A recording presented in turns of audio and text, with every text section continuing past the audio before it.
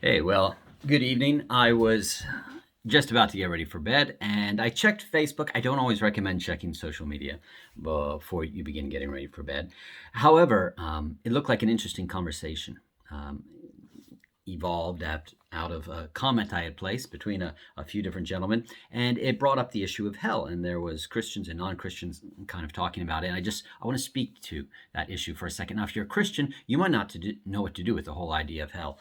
You might be embarrassed by it. You might not really know if Christians should talk about it. You know, if you bring a friend to church, you really hope your pastor doesn't preach on hell on that particular Sunday. And if you're not a Christian, you might think, listen, I might be interested in the person of Jesus. I might find him an interesting guy, a bit intriguing, a bit attractive, but the whole idea of hell just turns me off from Christianity.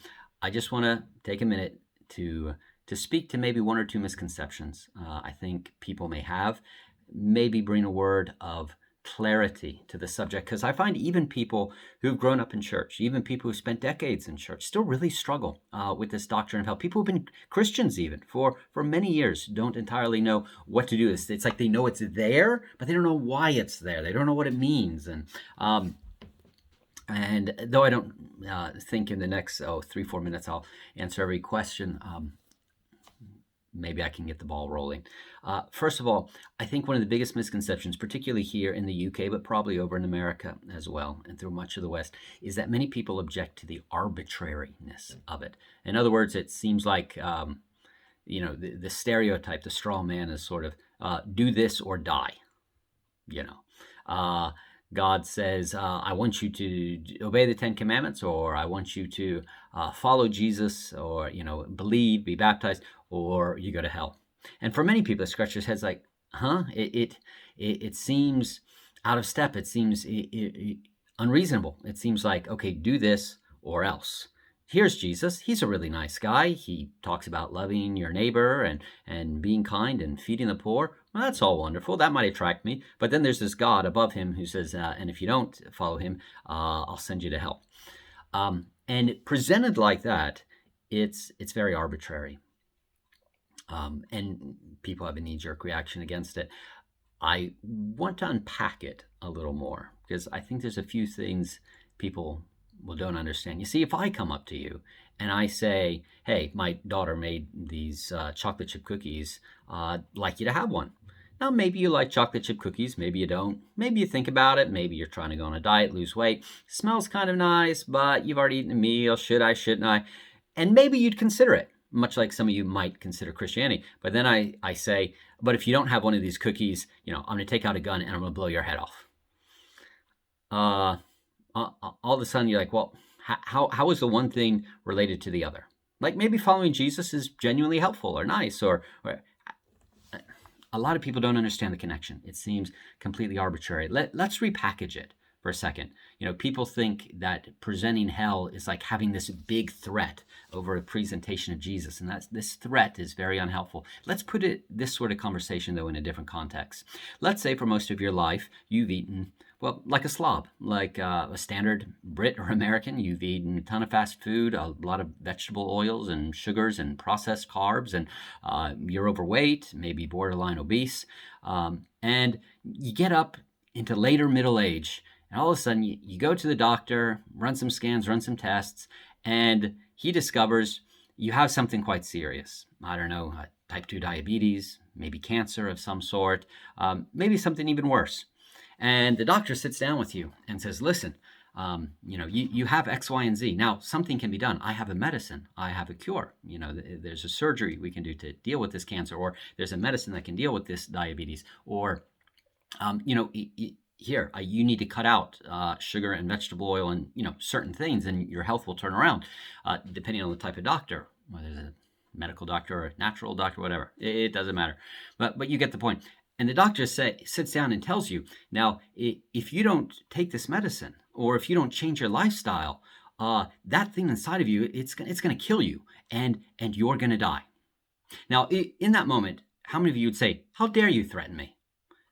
What, you're presenting the medicine or death? Like, maybe I'd think about getting the medicine, but since you're talking about, cancer killing me or this disease killing me, there's no way I'm going to consider it. Now, most people in that sort of circumstances would be totally okay with the doctor sitting down and talking to you about the seriousness of the disease that you have because of the way you've spent your whole life eating. And that kind of makes sense. And we think, well, a good doctor would warn you that if you continue this way, your choices will catch up with you and your choices will destroy you. And very often when people think about hell, there's kind of that natural, organic element that's missing. They don't see why their choices lead them to hell. They think it's arbitrary. It's the difference between a judicial consequence and a natural consequence. Do you understand the difference between those two? Like, I have kids, so we're talking about chocolate chip cookies a second ago. Let's say my wife has made chocolate chip cookies, okay? And the kids smell them and, they begin like, vultures, they're coming in the kitchen and they want these cookies. And I come in and I say, and I threaten them, and I say, if any of you eats any of these cookies before dinner, I'll send you to your room, or I won't give you any video games, or no Wi-Fi, or, I could go old school. I'll spank your bottoms, or something like that. Some sort of consequence. You do this, and that's a judicial consequence. You did something wrong, and therefore you're going to get a punishment for it. And most people see hell in that context, exclusive. I'm not saying there's not any truth to that, or God's not judge over the world, but I'm saying they say it exclusively. But hell, Christians believe, is a natural consequence. A natural consequence. So that's a judicial consequence. A natural consequence would be me coming to the kids and saying, kids, don't come in here and eat all the chocolate chip cookies. If you do, you'll lose your appetite and you won't be able to eat dinner. Your mom's busy making dinner. We're going to eat in half an hour. If you come in here and you stuff your face with 3, 4, 5 chocolate chip cookies each, you're not going to be able to eat your dinner. Now, that's a very different type of consequence. It's not a judicial consequence. It's a natural consequence. If you do this to yourself, the human being is so composed that if you fill your stomach with chocolate chip cookies, you will not be able to eat your chicken and potatoes for dinner. Now, when you hear that, you scream, that's so unfair of the parents. How dare they say that the kids won't have an appetite if they eat chocolate chip cookies? No, of course you don't. You understand that's the way the human being is made. You understand that there is a natural consequence. You might object or think it's too harsh if I take away their internet for the rest of the evening for eating a chocolate chip cookie. You might think, oh, that's a bit harsh and threatening. Maybe you do, maybe you think it's perfectly reasonable. I don't know. You may or may not object to that, but you certainly wouldn't object. The idea of a natural consequence, me saying, don't eat chocolate chip cookies, you'll lose your appetite. You won't. That's a different type. And most people, sometimes we as Christians don't do a great job of presenting hell. Now, there is some truth. God really is a judge, and God really does punish the wicked. But God is ultimate reality. He's not like a human judge or a created being. When you're dealing with God, who's the foundation of reality, the judicial consequence is the natural consequence. In the created order, natural consequences and judicial consequences are two different things, but not when you deal with God. That's why there are some passages in the scriptures that portray God as judge and hell as something more akin to a judicial consequence. But equally, there are very many passages that present it as a natural consequence. Be careful where you sow. If you sow, plant, not sowing, but like planting seeds. If you sow to the flesh, you will reap from the flesh destruction. Because what we sow, we reap. The choices that we make have consequences. And this is one of the reasons it's so important to preach. There's a few reasons we should preach in hell. One, Jesus preached about it. And first, someone to go around and saying, well, I really love Jesus. He's a fascinating guy. But some of these doctrines the church teaches of hell, I just completely reject. It's disingenuous.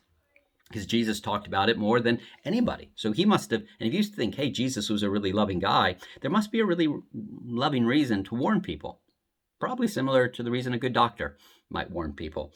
Another good reason for explaining it is, well, just what we were saying.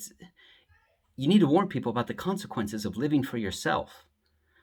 The Bible, that's essentially what sin is. We're not living for God and other people. We're living first and foremost for ourselves. That is the essence of sin. That's the nature of sin.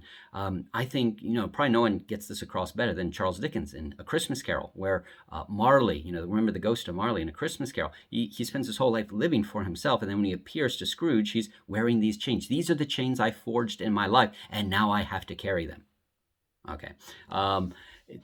There are consequences. You are creating every day the choices you make, the attitude you set your heart in, the way you set your heart and attitude before God and before other people.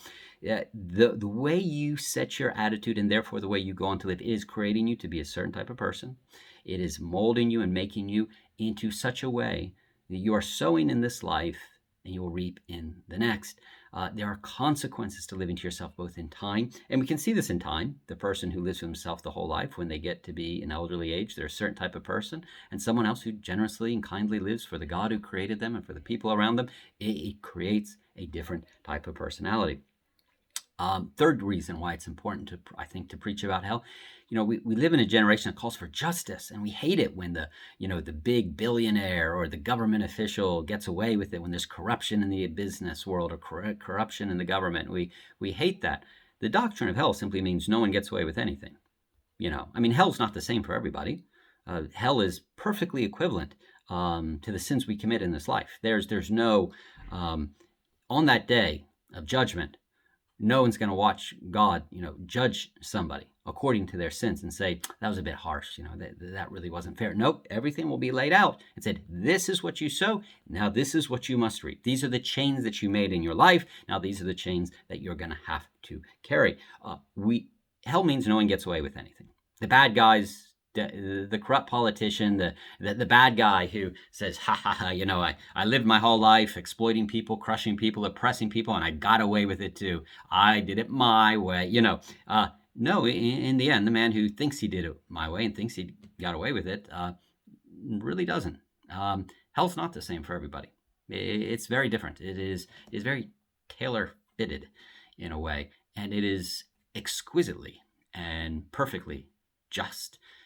It is a testimony and a monument to human freedom to be able to create an eternity for themselves that they think they might want, but when they get there, it's horrific because God's not in there. I guess that's another reason to preach hell. It shows us how desperately we need God. We think we need all these other things that they can satisfy us. But in the end, apart from God, we can just end up screwing up everything royally. Lastly, here's why I think it's important to preach about hell. And I'm not the only preacher or Christian thinker who talks about this. I've heard it a lot. You maybe have too. And that is, hell shows us how much Jesus loves us. Absolutely. Christians believe that hell is, what Jesus paid on the cross in order to love you and me. That no one of us, when I go to hell, I will not be in the heart of hell. I will not be in the center of hell. I will not receive the full fury of hell. Maybe I'll end up being a really bad guy. Maybe I will do some terrible things, but I probably won't have the worst place. There may be a few guys worse than me yet, but Jesus took on the full thing. He drank the whole cup. He drank damnation dry on the cross, and the full, judgment and evil of all of mankind. What we sowed in sin, he reaped on the cross.